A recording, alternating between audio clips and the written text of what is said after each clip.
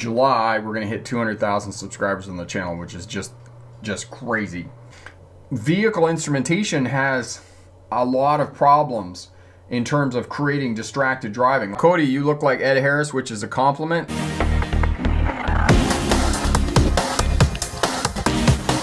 All right, so new video last week.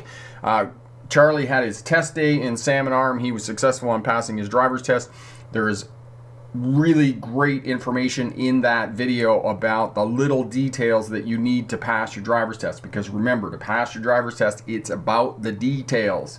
The other piece with new drivers is that you are facing the 4 Ds, and you have little experience with any one of the 4 Ds: drinking, driving, dating, and distractions. This is ignition interlock. There's a lot of people who return to driving after a drink driving charge, and they have to have an ignition interlock in their vehicle. And I've heard stories from different drivers that these are an absolute utter pain in the butt to have in your vehicle.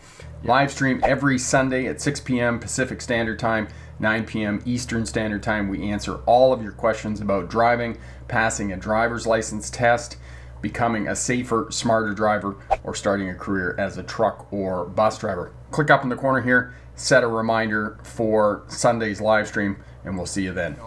I know that a lot of people come back to me and they'll write in the comments, they'll say, oh, I failed because of this reason or this reason. No, that's not the reason you failed. That's one of the reasons that you failed. You have to understand that they have a limited amount of time for a debrief when they're telling you why you failed or were unsuccessful on your driver's test. So they can only pick 1 or 2 things to talk about. They can't talk about every little detail. You know, it's just that maybe you didn't have enough practice, you didn't take enough time, you didn't get a driver's license, those types of things. So there's a lot of reasons why you're going to demerit out and fail a driver's test, okay? Okay, Tim, follow the traffic rules carefully as new drivers and you effectively become invisible to traffic police.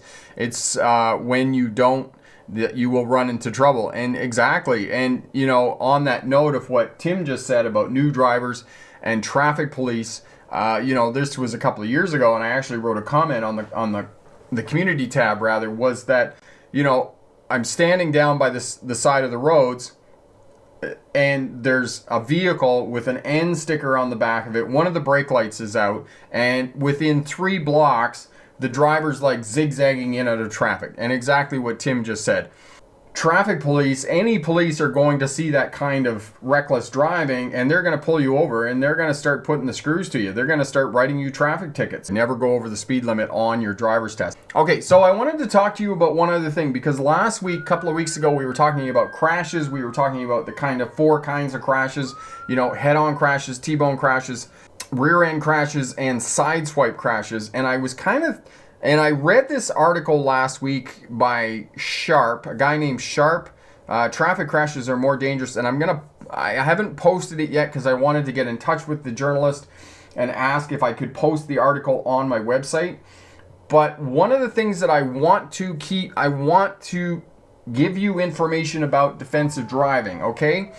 If you are in a situation where it is a choice between a sideswipe crash and a head-on crash, or a sideswipe, let me back up. If it's a choice between a sideswipe crash and any one of the other 3, rear-end crash, T-bone crash, or head-on crash, pick the sideswipe crash every time.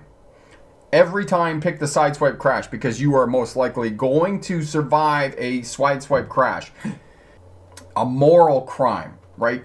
Thou shalt not murder, thou shalt not steal. Those are kind of seen as moral crimes.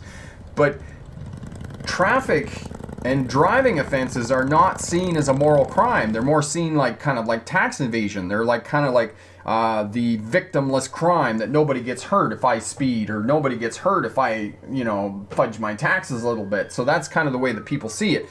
So it's a very fascinating question once you start digging into driving and seeing, you know, how do people drive, and then you look at how, you know, laws are trying to control people's behavior in vehicles, and you're trying to control tens of thousands of people's actions on any given day, in any given traffic situation, in any given mood. Are we being effective in controlling people's behavior? Blessed, my friend, aloha, how are you? Margaret, Great Gatsby is a look at drink driving in the 1920s. And yeah, I need to go back and revisit that book. Okay, Tim, have a great dinner, my friend. All the best. Have a good night. night. You click over here and set a reminder for the live stream every Sunday at 6 p.m. We have a presentation, 10 to 12 minutes. Go over that, and then we answer any questions you have about driving, passing a road test, getting your CDL license. And so make sure you click over there and set a reminder for that.